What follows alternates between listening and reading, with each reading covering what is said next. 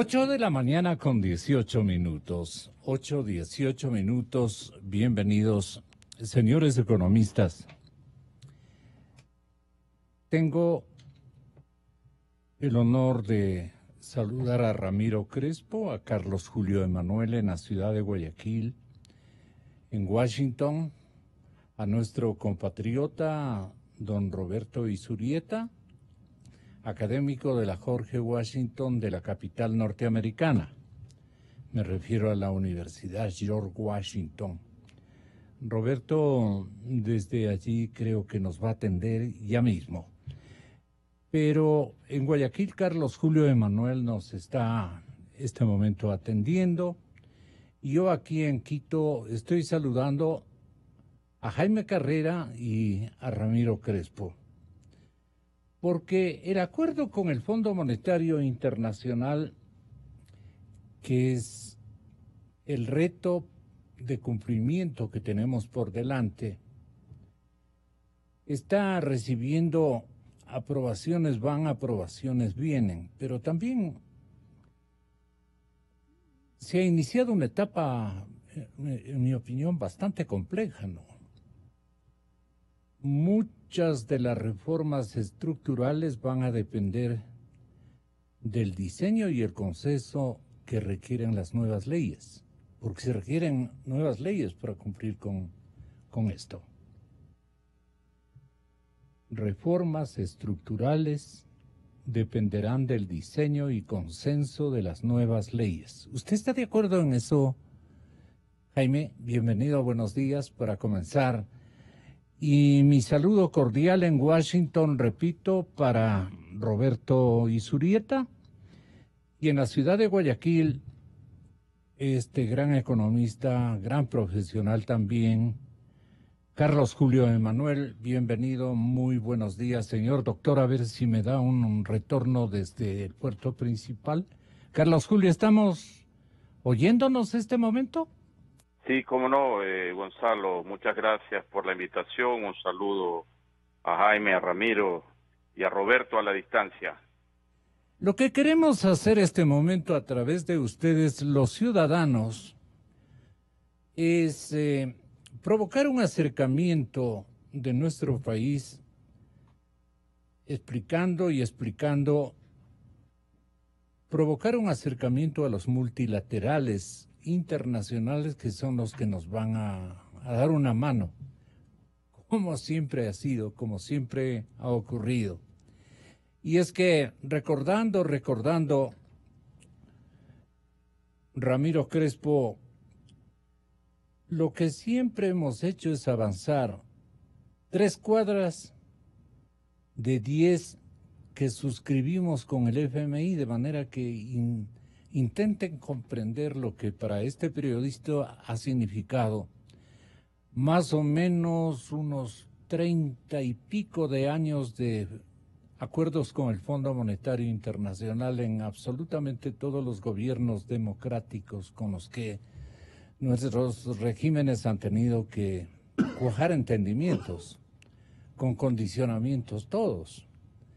Pero los condicionamientos han resultado políticamente inaplicables o fastidiosos, han provocado traumas políticos y a veces traumas económicos también, porque estuvo mal comprometido determinados acuerdos y entonces cuando ya había que aplicarlos, las reacciones saltaban y destruido el acuerdo.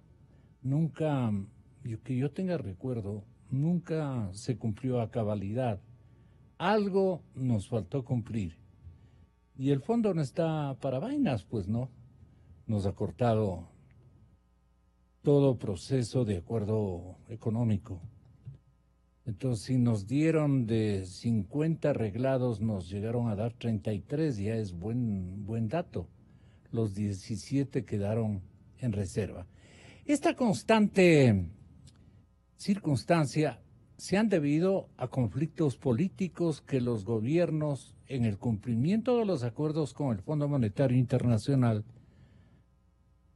han terminado saliéndose de la banda, del acuerdo. ¿Usted cómo recuerda estos temas? Economista Jaime Carrera, bienvenido, muy buenos días. Buenos días, Gonzalo, gracias a la invitación, un gusto estar con Ramiro, Carlos Julio, Roberto.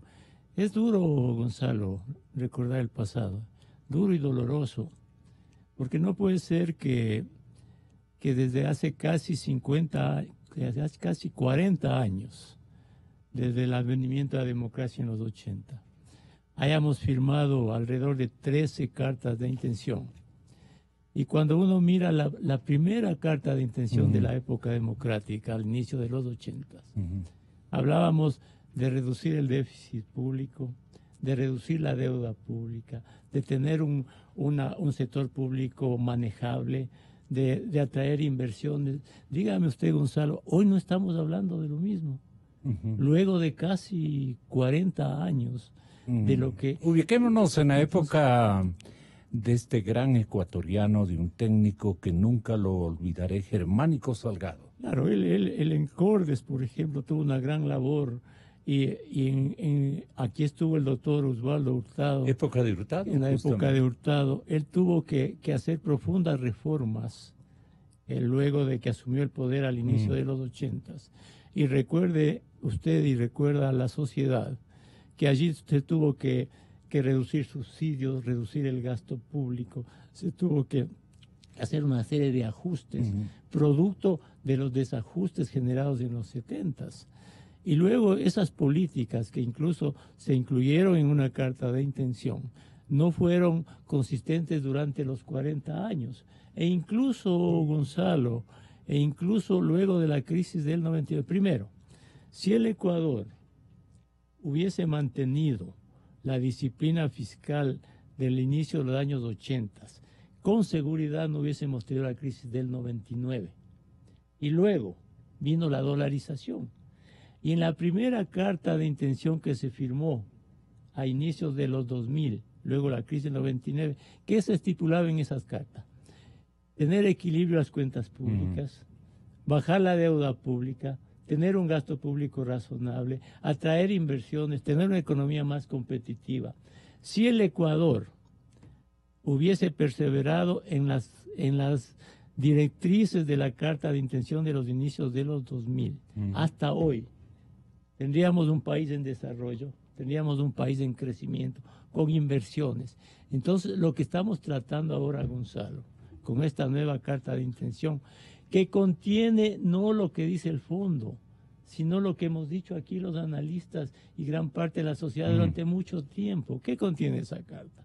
Dice hay que tener superávit fiscal, reducir el gasto, generar ingresos, bajar la deuda. Eso es lo que contiene en esencia esa carta. Además de reformas estructurales que son imperativas, ¿no? Pero, Carlos Julio, muy buenos días.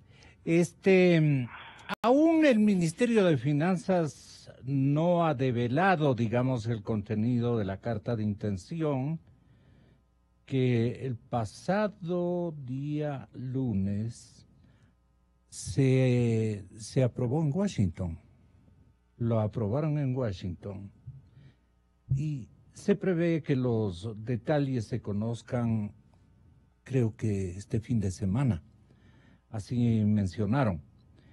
Entonces, no tenemos todavía los elementos que puedan hacer comparable a escenarios anteriores, pero yo, no rebuscándome, sino porque ha sido una especie de acción repetitiva de parte de nuestro Estado, el de comenzar un proceso de enmiendas, crear nuevas leyes, optar por desafíos importantísimos, disciplinas más o menos complejas, exigentes, y luego dejarlo ahí un poco de lado. ¿Cómo recordamos estos acuerdos con el Fondo Monetario Internacional? ¿Cómo los recuerda usted con su amplia experiencia? Carlos Julio Manuel, bienvenido desde Guayaquil. Gracias, Gonzalo. Buenos días a todos. Lo que usted acaba de decir es importante.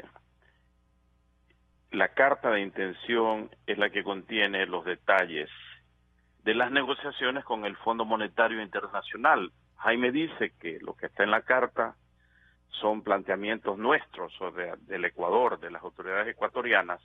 Entonces no debería haber ningún problema en develar el secreto. A mí me parece que hoy en día debemos actuar de manera completamente transparente. Eso no ha ocurrido. Las dos últimas actividades del Fondo Monetario Internacional en el Ecuador, que produjeron informes según el artículo 4, lamentablemente no han sido conocidas. No conocemos los informes que preparó el Fondo Monetario hacia finales del gobierno anterior y a comienzos del actual.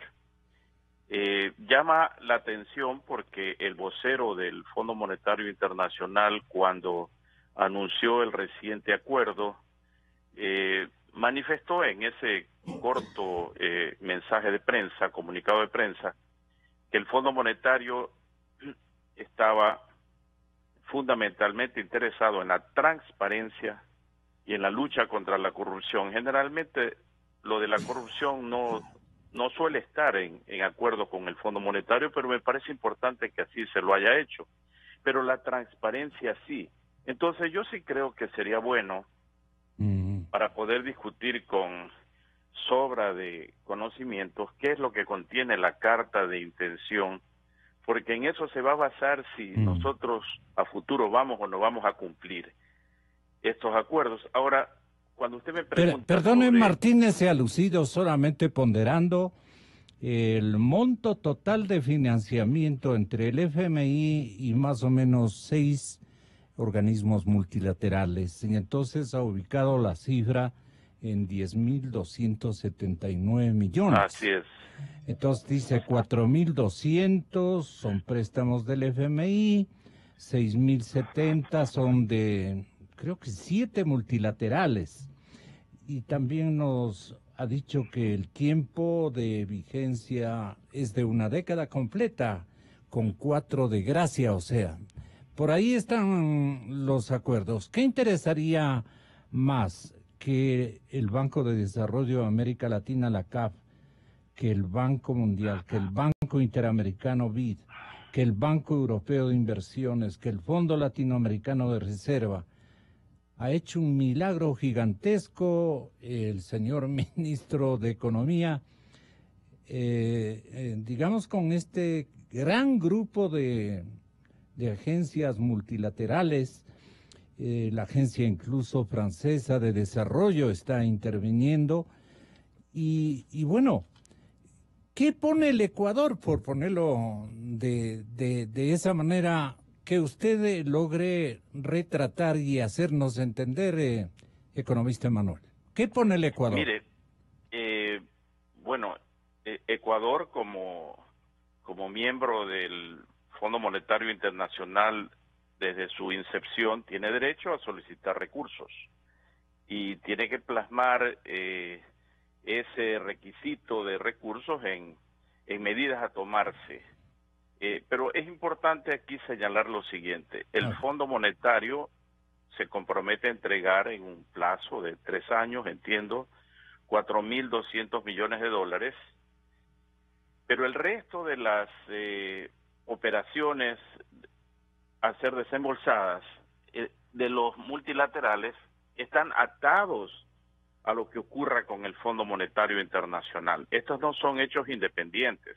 Existe lo que se llama la condicionalidad cruzada, de suerte que si nosotros incumplimos los acuerdos con el Fondo Monetario Internacional que constan en esa carta de intención, entonces no vamos a poder tampoco desembolsar del resto de los multilaterales. Por eso es que es importante lo que diga la carta de intención. Pero yo quisiera retomar algo que usted preguntaba: ¿y por qué es que en el pasado no hemos cumplido?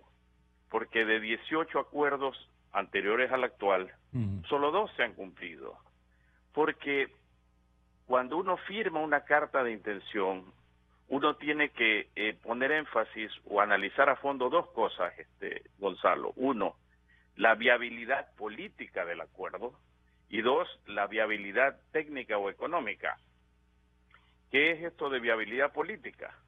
Que usted no se puede comprometer, por ejemplo, a subir impuestos a mansalva cuando usted no controla el Congreso Nacional. Entonces, eso sería inviable políticamente y ningún ministro sensato se va a comprometer con el Fondo Monetario a una serie de medidas que él debe saber que no puede cumplirlas porque no dependen de él, sino de la voluntad política de la Asamblea Nacional en este caso.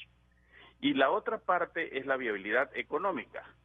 Un ministro de Economía debe saber también qué es lo que realmente conviene poner en una carta de intención para poder empujar ese acuerdo. Y lo digo por experiencia, Gonzalo. Claro.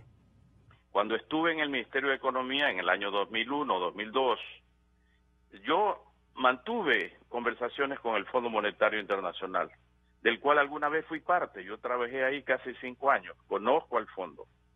Pero el planteamiento que hacía el Fondo Monetario al gobierno ecuatoriano y en el caso al ministro de Economía, desde mi punto de vista no era posible técnicamente reducir el déficit primario a niveles inalcanzables en las circunstancias de la época. Entonces yo decidí no firmar el acuerdo con el Fondo Monetario porque sabía que si lo firmaba no lo iba a poder cumplir, entonces sería otro desastre para el Ecuador. Era como girar un cheque sin fondos, ¿no? En cierto modo, comprometerse a algo que usted sabía de antemano que no lo iba a poder cumplir. Pero, sin embargo, y en esto es importante lo que dice Jaime, por supuesto que un ministro de Economía tiene que preocuparse de que las cuentas fiscales estén sanas. Y por eso, en junio del 2002, sin tener el acuerdo con el Fondo Monetario Internacional, el gobierno, el ministro de Economía en ese caso, yo estaba al frente de ese ministerio, propuso y se aceptó y pasó en el Congreso Nacional la ley de responsabilidad fiscal que ponía límites, reglas macrofiscales y donde se puso por primera vez esta cifra que ahora todo el mundo la comenta, del tope del 40% de la deuda como porcentaje del PIB. Esa fue una obra nuestra, sin tener que acudir al Fondo Monetario Internacional, porque cuando uno sabe lo que hay que hacer, no necesita del Fondo Monetario Internacional. Es cuando uno está en una situación desesperada, porque dejó de hacer las cosas que tenía que hacer, que de repente no le queda otra cosa que decir, por favor, venga, sálvenos, ayúdenos. Pero hay que tener muy en cuenta que hay esas dos limitantes, políticas y técnicas. Okay. Y que no es necesario firmar por firmar, no es conveniente firmar por firmar, porque de lo contrario usted va a terminar siendo el gestor de un fracaso más con el Fondo Monetario Internacional. Lo que hacen allí, lo que hemos visto que hacen los ministros de Economía de Ecuador, y creo que de América Latina en buena parte es irse. Entonces firman, incumplen y se van a la casa con la correspondiente renuncia. Eso es lo que hemos visto la prensa ecuatoriana y la prensa continental. Pero en fin, que ojalá Richard haya firmado consciente de lo que está firmando. Y entonces ir al Congreso y decir voy a lograr o hemos logrado tales y tales cuantías de apoyos y de préstamos y de plazos y de preferencias, etcétera, etcétera, sin contar con mi parte, la parte del Ecuador es la parte que Richard está manejando este momento y no vale charlatanerías mayores, quiero decir, ¿no? Hay que esperar y hay que estar consciente de los números. ¿Qué comentan de este giro de mucho afecto, de este giro de mucha admiración incluso, que la señora Lagarde le tributó desde la cita de Davos al presidente Moreno? Yo he visto un trato muy preferencial, unas atenciones bastante interesantes que no hemos visto con la señora Legarde, que es muy diplomática, pero a veces es muy rígida con determinados gobernantes.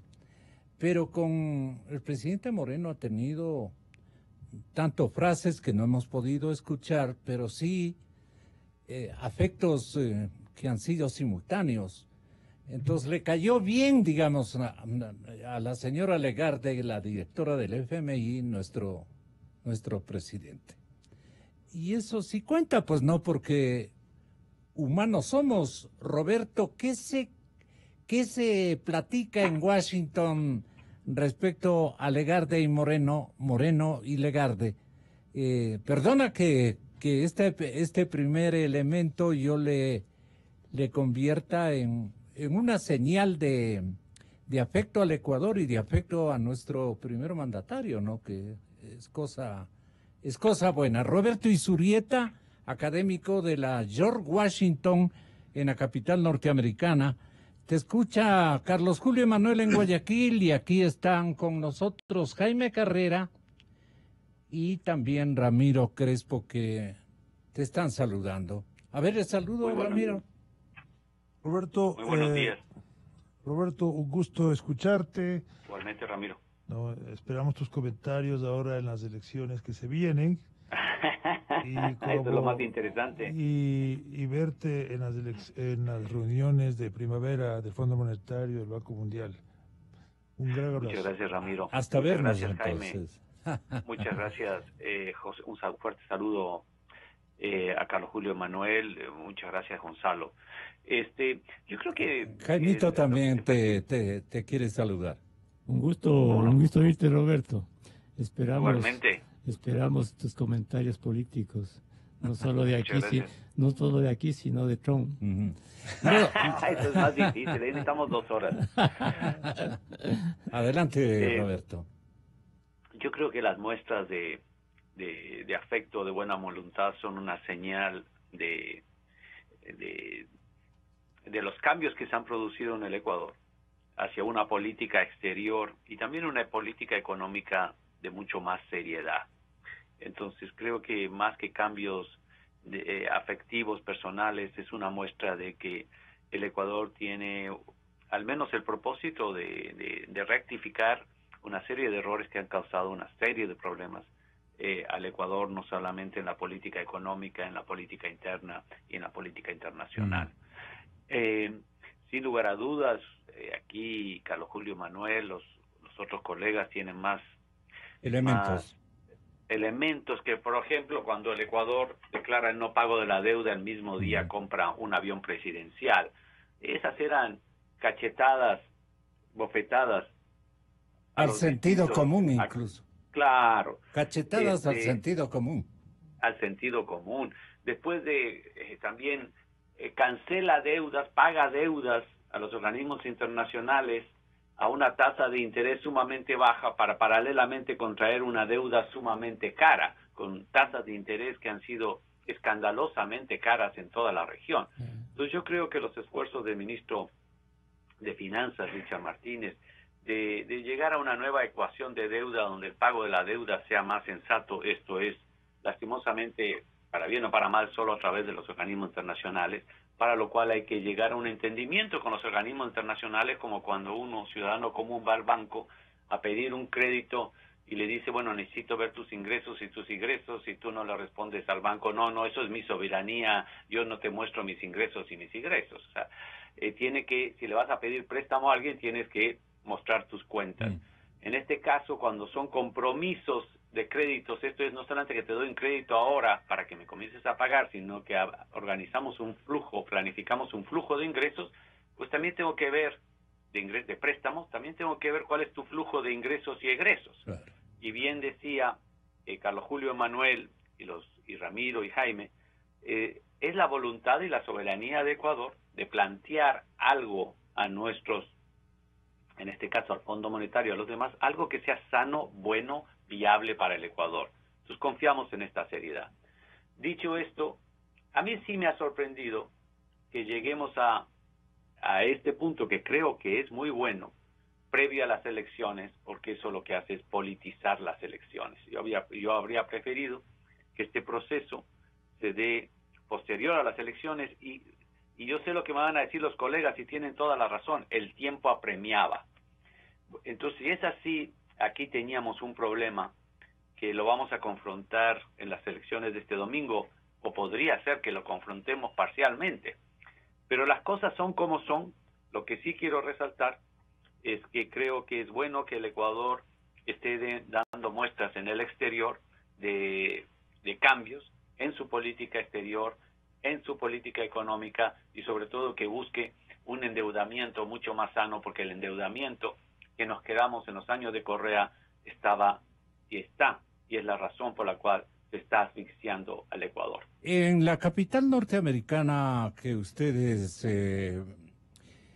por tu cátedra especialmente, por tu parte académica, estás en contacto con estos altos organismos, ¿el riesgo de Ecuador ha disminuido o no después de este entendimiento en parte preliminar con el FMI? Hay muchos indicadores de riesgo país. Políticamente, si bien el Ecuador tiene una serie de retos y económicamente también, lo que sí se ve es que, en primer lugar, mucha más seriedad en muchas de las políticas de Estado del Ecuador, sobre todo comparando con las políticas que teníamos en los años de Correa. Y sí, un deseo y una voluntad para corregir una serie de cambios de 10 años de indisciplina y de secretismo económico, porque hasta ahora no sabemos exactamente cuáles son los términos del endeudamiento con China y otra serie de créditos y contratos. Entonces, sí, a mí me habría gustado que los avances en todos estos procesos de transparencia, clarificación, corrección de estas enormes irregularidades haya sido más rápido, pero las cosas van en los tiempos y en los momentos que van en el Ecuador. Habría deseado más rápido, estamos tarde y al mismo tiempo estamos adelantados con respecto a las elecciones. Esto se debió haber hecho hace un año o, en mi opinión, después de las elecciones. Pero los tiempos son los tiempos y estamos enfrentados en esta situación. Creo que es bueno y esperemos lo mejor. Lo que yo narraba con ojos no tan efectivos, pero ojos realistas. La señora Lagarde sí ha tenido actitudes de mucho acercamiento con el señor presidente Moreno. ¿Crees Correcto. que no estoy equivocado? No, estás en lo correcto. Lo que yo creo es que eso es el resultado, más que de afectos o personales, es el resultado de que la comunidad internacional sabe las irregularidades, las informalidades, las irresponsabilidades que se estaban cometiendo en el Ecuador en los últimos años, y sí reconocen el deseo de que esas irregularidades y responsabilidades se corrijan. Entonces creo que es la muestra de ese reconocimiento que es claro a nivel internacional en el campo político y económico. ¿Está empezando el frío a desaparecer o está más rotundo en la capital norteamericana? Porque, perdonen por averiguar del tiempo, pero Ramiro se mencionaba aquello, nos vemos en primavera, decía, porque este momento viajar En abril. Claro, porque este momento viajar a Washington como que no es de tu agrado. Recién estás despertándote aquí en el estudio. Totalmente. ¿Cuál es tu parecer sobre la actual renegociación con el Fondo Monetario, mi querido Ramiro? A ver, ahorita están a pronto, entiendo, en Washington, ya el 21 de marzo comienza la primavera, pero ya se está sintiendo algo y eventualmente van a venir los famosos cerezos en flor, los cherry blossom, que es un momento hermoso, pero creo que lamentablemente ocurrirá antes de las reuniones de primavera y no lo veremos. No, yo creo que tenemos que analizar en el contexto de que básicamente estamos, como he dicho en algunas ocasiones, en cuidados intensivos como país. Entonces, ahorita estamos en cuidados intensivos y cuando uno está en cuidados intensivos por no haberse cuidado bien o por mala práctica, porque obviamente tuvimos, en el ejemplo 10 años de mala, pésima práctica de Rafael Correa, las opciones no son muchas, ¿no? Entonces, yo creo que el Ecuador está recurriendo al Fondo Monetario Internacional y a los organismos internacionales, porque obviamente ya recurrió demasiado a China, y lo que se hace con China y lo que ha pasado con China realmente no ha sido muy recomendable. Primero, o sea, una cantidad de préstamos que no sabemos básicamente sus condiciones, aún estando nosotros en la veeduría de la deuda, hemos tenido dificultades en avanzar, en conocer en detalle estos contratos. Por ejemplo, una de las cosas que salió hace poco es que no pueden ser prepagados algunos de ellos, lo cual es realmente un absurdo. Segundo, intereses altos con colateral de petróleo. Tercero, el precio del petróleo lo fijaban los chinos, ¿no? Cuarto, terrible, ¿no? Terrible. Cuarto, un vendepatria completo. Los cargamentos se cobraban, el precio de shipping, que llaman de la carga, cobraban como si fuera lo que llaman Panamax, es decir, barcos de un tamaño máximo para poder pasar por el canal de Panamá.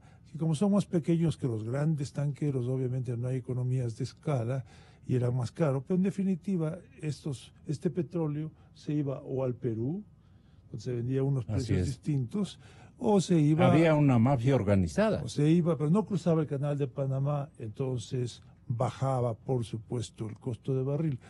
Por todo lado realmente hubo costos que no hemos conocido y seguimos investigando. Lamentablemente, la Contraloría está con demasiadas cosas y estamos avanzando más lentamente de lo que deberíamos. Yo creo que pronto... Es que hay que complementar informes que también son muy significativos para recaudar montones de plata que... Sí, quedaron 11 temas pendientes. Sí, quedaron muchos temas incompletos en la indagación, ¿no? Uno de esos, por ejemplo, fue el tema de los CETES, que ya se lo avanzó. Y ha habido otras reformas que todavía lamentablemente no se están cumpliendo, como por ejemplo que se inscriba toda la deuda pública expresada en títulos valores en el catastro público de mercado de valores, que antes de los 12.000, 15.000 que había solo en deuda doméstica, no solo estaban inscritos 3.000. Y de ahí, y ojo, y el Seguro Social tenía 7.500 millones en deuda, que no estaba ni siquiera una muy buena parte de eso en el catastro público, el mercado de valores, por lo tanto no lo podía vender en los mercados y por lo tanto no podían ser inversiones líquidas, porque una inversión líquida es la que se puede comprar y vender con facilidad a un precio conocido muy similar al anterior. Todo ese ambiente es el con que nos hemos encontrado. Entonces ahora, así como la situación política hubo que manejar lentamente y hubo que manejar con mucho tino porque hubo que deshacerse primero del contralor anterior, hubo inclusive que dejar sin efecto el nombramiento del señor Alexis Mera como embajador a Washington y cosas por el estilo, para poder realmente gobernar políticamente y luego tener que hacer los cambios económicos importantes. Estoy totalmente de acuerdo con Roberto, que apenas ocurrió el resultado de la consulta popular anterior, creo que fue en febrero del año pasado, se debieron haber tomado medidas económicas mejores. Lamentablemente no creo que coincidió ese plebiscito con el equipo económico, porque recuerdo que en las reuniones de primavera del Fondo Monetario y el Banco Mundial del año pasado, estaba de ministra la señora María Elsa Viteri, que lo que básicamente hizo fue espantar a los mercados en ese momento, y el Ecuador no pudo continuar con un... No hace ningún esfuerzo por espantarlos. No, sí, así fue. Entonces, bastó con que en el 2008 haya declarado esa nefasta moratoria que debe ser bien investigada. Luego hubo, obviamente, la crisis de los mercados emergentes, el Ecuador no pudo volver a los mercados y poco a poco ha estado tratando de volver. Bueno, estamos ahora con el Fondo Monetario, con el Banco Mundial y todo ¿por qué? Porque no nos ahora prima y debemos dar prioridad a lo siguiente. Y los economistas más enterados en el tema de fiscal van a ser los encargados luego de que termine de explicarnos Ramiro sus impresiones y en segundo lugar las prioridades que él buscaría establecer.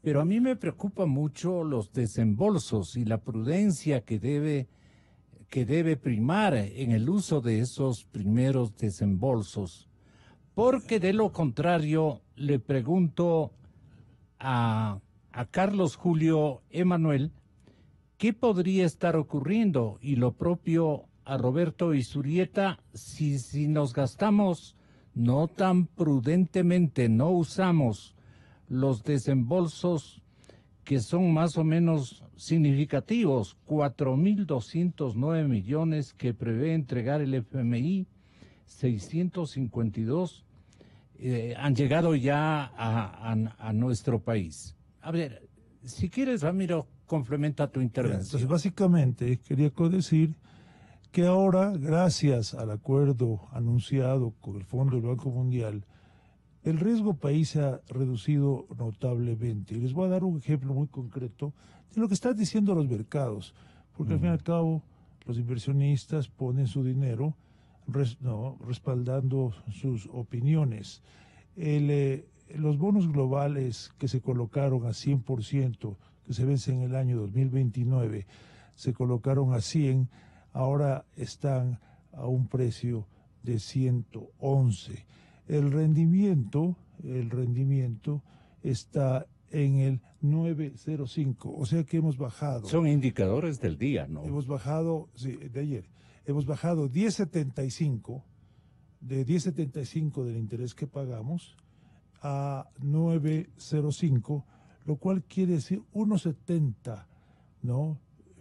Por ciento que hemos bajado. Eso quiere decir $1.700 por cada...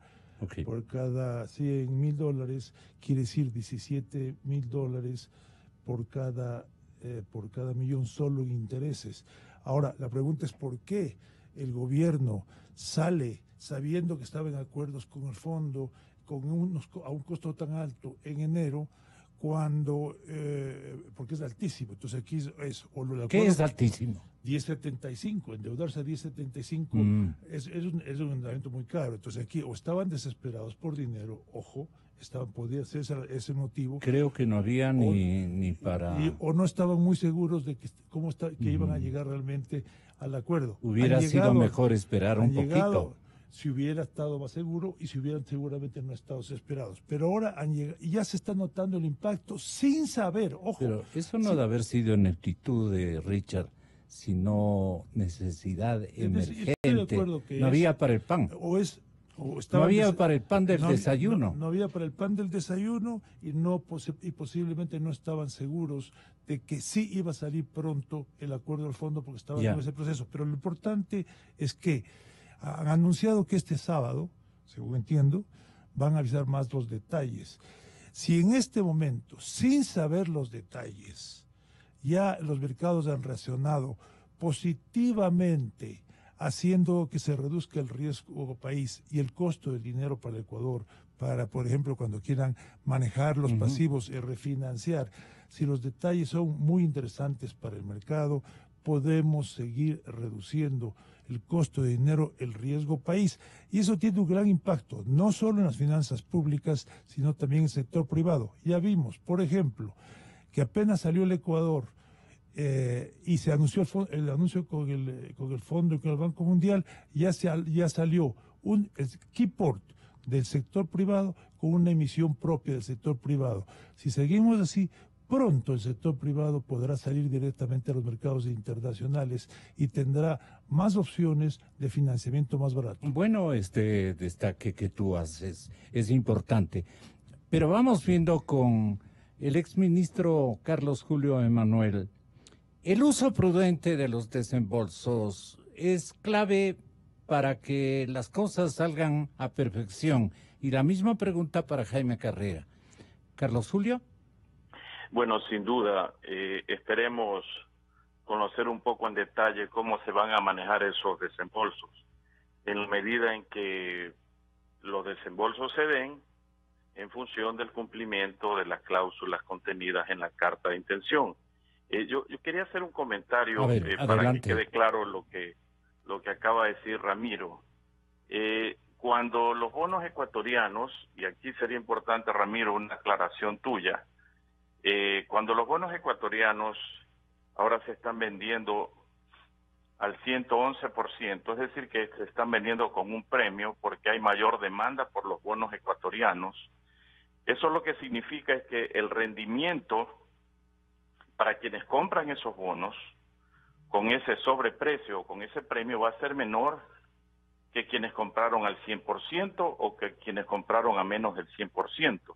Pero para el Ecuador no le disminuye absolutamente nada el costo de los intereses, o los intereses, porque los intereses que paga el Ecuador están en función de la tasa del cupón. Lo que significa esto es que para futuras emisiones que haga el Ecuador, habrá una referencia de que en realidad el costo para el Ecuador debe ser inferior de lo que era antes, pero las emisiones que ya están hechas, en esos casos Ecuador va a tener que seguir pagando la tasa, si era el caso del 10,75%, hasta que se termine de pagar ese bono, o si el Ecuador tiene capacidad pues de recomprar esos bonos, sería ideal. Y esto nos lleva a un punto que a mí me parece importante. Primero, recalcando algo que se dijo aquí por parte de Roberto, y también lo ha dicho Ramiro, nos demoramos demasiado en ir al Fondo Monetario Internacional. Y nos demoramos demasiado porque los dos primeros ministros de Finanzas del gobierno del presidente Moreno eran ideólogos o seguidores de la ideología del socialismo del siglo XXI. Ese fue un error de Moreno. O no sé si sea error o acuerdo. Los dos primeros ministros definitivamente siguiendo la misma línea de los ministros de Correa. Y el segundo punto que quería señalar, Gonzalo, es que mire lo que acaba de decir Ramiro y lo que dijo Roberto. Toda esa maraña de ocultamientos respecto de la deuda con China nos debió haber llevado hace tiempo, y especialmente en diciembre pasado, cuando el presidente Moreno estuvo en China, a replantear todo ese esquema. Ese endeudamiento con China es bárbaro. Debió cortárselo como hizo Alejandro Magno, el nudo gordiano. Dejémonos de cuentos. Más bien fueron a pedir más plata. Replanteemos la operación. Y no les dieron. Más bien fueron a pedir más dinero y no les dieron. Les dieron 900 millones de dólares, de los cuales 650, si mal no recuerdo, era en efectivo. Pero la solicitud parece que era muy grande. ¿La qué? La solicitud, fueron con solicitud en la mano. Eso tendrá que decirlo el ministro Martínez. Le dieron 650 millones en efectivo y 250 millones equivalentes en yuanes para que los chinos sigan haciendo proyectos en Ecuador de mala calidad y con sobreprecio. Así es. Ese era el momento de que el presidente de la República le diga a su par chino, el presidente China, miren, no desconocemos la deuda con China, pero en las circunstancias como ha sido contratada no podemos seguir honrándola. Por lo tanto, acepte que nosotros le entreguemos un bono a 20 años plazo, al 5% de interés, que demuestra nuestra fe, nuestro deseo de pagar, pero no en las condiciones como fueron originalmente contratadas. Definitivamente esa es una oportunidad que se perdió, porque, mire, Gonzalo, Jaime Carreras, experto en los números, y va a poder darle una cifra más exacta. Mismo rato. ¿Cómo puede ser posible que Ecuador tenga que dedicar alrededor de 9.000 o 10.000 millones de dólares anuales para el servicio de la deuda? Eso es imposible. Y eso es lo que nos lleva al gravísimo problema financiero que tiene el Ecuador, que lo ha obligado durante todos estos años a ir pasando el sombrero mes a mes para que le presten plata para poder completar el presupuesto. A grandes males, grandes remedios. Yo sigo insistiendo en algo que el Foro de Economía y Finanzas propuso hace tiempo, la reestructuración de la deuda, especialmente la deuda con China, la transparencia de todas las negociaciones. Es más, se ha preparado en el Foro de Economía y Finanzas una carta a la señora Lagarde, justamente para pedir que transparenten todos estos informes hechos por el Fondo Monetario Internacional con respecto a la economía ecuatoriana, porque nosotros tenemos el derecho a saber. ¿Por qué Vivimos en una no época somos, Jaime? de transparencia. Gracias, Carlos Julio. ¿Por qué no somos prudentes? En este caso, nuestros ministros, cuando están cerquita de conquistar la voluntad de los prestamistas, le ofrecen todo. No se preocupe, nosotros vamos a cumplir, pero por esto yo aquí, pues, etcétera, etcétera. Y después las cosas se tornan difíciles de complementarlas, y ahí vienen los problemas. ¿Qué habría que aconsejar a Richard? Uno de los primeros consejos, Gonzalo, y usted lo dice muy bien, cuando se está fuera del poder, se ofrecen muchas cosas. Y cuando ya se está manejando las cuentas públicas y el poder, se niegan muchas cosas desde adentro. Y yo quiero remarcar en lo que dice Carlos Julio, la transparencia en este acuerdo con el fondo, y no solo en el acuerdo con el fondo, siempre la transparencia es fundamental, porque los gobiernos deben entender que ellos administran nuestro dinero. Los gobiernos administran nuestros fondos, nuestros recursos. Los gobiernos tienen la obligación de rendirnos cuentas y de decirle a toda la nación, de darle toda la información sin restricciones, sin restricciones. Y lamentablemente ocurre lo contrario. Pero a propósito del acuerdo con el fondo, la misma carta de intención y el memorándum técnico de la carta de intención tiene que publicarse ya. Tenemos que conocer todos los ecuatorianos, pero no solo eso. El ministro acaba ayer en la asamblea de dar algunos detalles de las metas del programa. Primero, todas las metas del programa en cuanto a superávit fiscal, a reducir el gasto, a generación de ingresos, van a ser concebidas en función de todo el sector público. ¿Qué se entiende por todo el sector público? El gobierno central, que es el presupuesto, más los gobiernos seccionales, más el IES y otras seguridades sociales, más las empresas públicas. Todo eso consolidado es del sector público. Entonces aquí viene la primera obligación del Estado, ser absolutamente transparente y darle a todo el mundo que solicite las cuentas de todo el sector público no financiero. Que me escuche el gobierno y que me escuche el ministro de Finanzas, que tal vez esté oyendo. Tienen la obligación de hacernos conocer cada mes las cuentas de todo el sector público no financiero. Ahí hay un manejo de una base fiscal que se llama, donde se consolidan todas las cuentas. Sí, sí. Eso tiene que ser... ¿Qué ganaríamos con ese seguimiento? Ganaríamos con eso en interiorizarnos de cómo se manejan realmente las cuentas públicas, cómo se manejan las metas. Para ponerle un ejemplo de eso. El año anterior en las cuentas de todo el sector público se supone hay un déficit de 1.2% del PIB y un superávit operacional de las empresas públicas de 2.5% del PIB. Los ecuatorianos sabemos cómo se llega a un superávit operacional de las empresas públicas cuando esas son un desastre completo.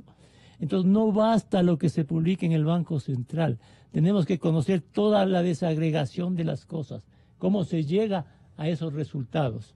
Y esa es una obligación del gobierno, porque entiendan, administradores del gobierno, administran nuestra plata. La plata que administra el presupuesto no es de ustedes. Es nuestro dinero. La plata que administran los gobiernos seccionales es nuestro dinero. A esos amigos pinganillas de Richard hay que decirles así. La plata que administra el Seguro Social es nuestro dinero. Entonces tienen la obligación de rendirnos cuenta a cada momento y cuando nosotros les pidamos. Ahora permítame darle algunos números de los que dijo ayer el ministro, ¿no? Uno de los propósitos de las metas es pasar de un déficit de todo el sector público de 1.2% del PIB a un superávit del 3% del PIB en el 2021. ¿Es factible? No solo que es factible, debe ser factible. Primero, tener superávit fiscal es un imperativo. Ahora bien, pasar de un menos 1,2 al 3% Eso significa un 4,5% del PIB de ajuste en ingresos y gastos. Entonces, no le cumplen. que es una meta muy ambiciosa. Demasiado. Porque quiere decir que si tenemos un superávit global de 3% en 2021, quiere decir que si se suman los intereses a eso, el superávit primario va a ser de más del 6% del PIB. Eso sería una meta realmente extraordinaria para el país. Y acompañado para llegar a esa meta, Gonzalo, el ministro dijo que los subsidios, por ejemplo, van a bajar del 3,5% del PIB en 2018 al 1,4% del PIB en 2021. Quiere decir que va a haber un ajuste importante de los subsidios, que debe haber. Esto está supeditado al precio del petróleo y a otras condiciones, pero es importante un ajuste de esa magnitud. También se habla que la masa salarial de todo el sector público va a bajar del 9,9% del PIB al 8,9% del PIB en 2021, algo insuficiente, absolutamente insuficiente. Entonces, Gonzalo... Pero políticamente complicadísimo. Políticamente complicado. De ampliar ese margen. Entonces, hay muchas cosas, Gonzalo, que van a exigir esfuerzos nacionales de toda la sociedad, porque lo que tenemos que entender en el país es que esta es la dirección correcta. Los medios no también otra. tenemos que concientizar, Los ¿no? Y los opinadores también tienen todos. que trabajar. Este no es un tema de élites políticas, económicas, sociales, de dogmatismos. Esto es un problema de todo el país. Tener cuentas ordenadas, superávit fiscal, bajar el nivel de la deuda, un gasto público razonable, hacer competitiva la economía, exportar más, invertir más. Es un problema de todo el país. Roberto, Gonzalo. en Washington somos considerados, o todos los frentes económicos del subcontinente de nuestra América Latina, bastante plantillas. Yo creo que lastimosamente hay una historia de poca credibilidad, de mucha inestabilidad política. El populismo que ahora también se ve en los Estados Unidos ha estado muy presente en América Latina. Existe incertidumbre en todo lo que está pasando en México. Brasil, si bien ha dado relativa tranquilidad a ciertos agentes económicos, políticamente esperamos y deseamos lo mejor. La situación de la Argentina es una situación muy particular, porque recuerdo en un programa que estaba viendo la semana pasada que dentro del marco de la politización de la economía, por decir así, cuando una candidata de izquierda decía, bueno, pero estaban hablando de Venezuela y decían, ay, ¿cómo está Argentina? Digo, sin lugar a dudas, o sea, yo habría dicho, sin lugar a dudas, la situación de Argentina es difícil, pero está tratando de ordenar su economía, y una cosa es tener una inflación del 50%, que es muy malo, pero otra cosa es la situación de Venezuela, donde no solamente tiene la inflación más alta de América Latina, más alta del mundo, sino también la más alta de la historia de la humanidad. Entonces, compararlo uno con lo otro es una enorme irresponsabilidad. Entonces, ese tipo de cosas sí nos hacen daño, pero en el caso, como yo decía, en el caso del Ecuador, yo sí creo que se está mostrando esfuerzos de ser más serios y de dar confianza, y lo que acaba de decir, no me acuerdo si fue Ramiro o Jaime, todo la transparencia lo que va a ayudar es a generar más confianza, y confianza es el gran motor de la economía como de la política. Sí, el gobierno está en deuda de muchas partes, de muchos de los procesos que ha iniciado son quizás tardíos y tibios, pero yo prefiero eso a lo que estábamos viviendo hace pocos años. Académico Izurrieta, muchísimas gracias. Nos despedimos de Washington. Carlos Julio en Guayaquil, y aquí en Quito termina el programa rápidamente. Ramiro Crespo con la explicación que seguramente Carlos Julio le vuelve a reiterar. ¿Hablo yo? No, habla Carlos Julio. Bueno, ya le planteé... ¿Le pediste algo, Carlos Julio? Sí, yo le pedí justamente era una acotación adicional sobre el tema que él planteó de que cuando los bonos ecuatorianos se venden con premio, eso yo digo no significa necesariamente, no significa en lo absoluto que Ecuador deja de pagar el cupón que estaba originalmente establecido. Lo que eso indica es que para futuras emisiones Ecuador podría decir, mire, ahora el rendimiento de los bonos para los nuevos inversionistas, los que compran bonos en el mercado secundario, ya no es 10,5%, puede ser 8, 9, por lo tanto la referencia para futuras emisiones va a bajar, de la mano obviamente con la percepción que se va a tener si el Ecuador cumple con las condiciones del Fondo Monetario Internacional y comienza a hacer los desembolsos. 2 minutos hay para que tengas la bondad, Ramiro, de explicarnos a todos lo que sugiere Carlos Julio Emanuel. Gracias, economista Emanuel. Siempre es importante tenerlo en este programa. A ver. Absolutamente correcto. El Ecuador tiene que seguir pagando 10.75 por los 1.000 millones que emitió en enero. Lo que digo, cuando ahora en este momento está el precio a 111, quiere decir, uno, que los que compraron $1 millón en enero, ahora lo pueden vender a ese bono a 1.100.000 en cuestión de 3 meses. Han hecho una enorme utilidad. Y hablamos de que seguramente hicieron esa emisión porque necesitaban pagar el pan de cada día o porque no estaban muy seguros del acuerdo con el fondo. Pero el hecho de que el acuerdo con el fondo hace que el precio suba y los nuevos compradores estén dispuestos ya a un 9%, para aceptar un 9% y no un 10.75%, hace más fácil las emisiones en el mercado secundario, porque el mercado secundario es el que determina el precio al que salen las emisiones en el mercado primario. Entonces lo que tiene que seguir haciendo el Ecuador es reduciendo ese riesgo país para que en el mercado secundario, por ejemplo, en los bonos que estamos hablando, ya el precio no suba a 111, suba a 112, 113 o lo que sea, para que el rendimiento sea del 5%, por ejemplo, y las nuevas emisiones del Ecuador saldrán al 5%, pero efectivamente el Ecuador tiene que pagar, en el caso 10.75, y hay un problema, lamentablemente. Por ejemplo, cuando se hicieron los bonos 2012 y 2030 que se declararon en moratoria, esos bonos tenían lo que se llama un call option, una opción de que si el precio subía de 100, por ejemplo, si hubiera tenido el precio estando a 111 ahora, por ejemplo, el Ecuador podía retirar a 100 y hacía una nueva emisión a 9%. Eso no se ha incluido desde la moratoria que hizo la señora María Elsa Viteri, y el gobierno de Correa no se ha incluido. Entonces, si el Ecuador quisiera retirar esa deuda ahora, el día de hoy, la deuda que emitió hace 3 meses, tendría que retirarla no a 100, sino a 109. Ahora, lo importante es también que como tenemos tanta deuda a corto plazo, entonces esa deuda la vamos a tener que refinanciar. Y al tenerla que refinanciar, la vamos a refinanciar a largo plazo. Y si seguimos reduciendo, por ejemplo, ya no es 9% lo que exigen para el bono 10.029, si baja a 7, si emitimos otra vez, o a 6, emitimos bonos para refinanciar la deuda que se vende, por ejemplo, en el 2020, esa deuda saldría al 6%, lo cual es mucho mejor.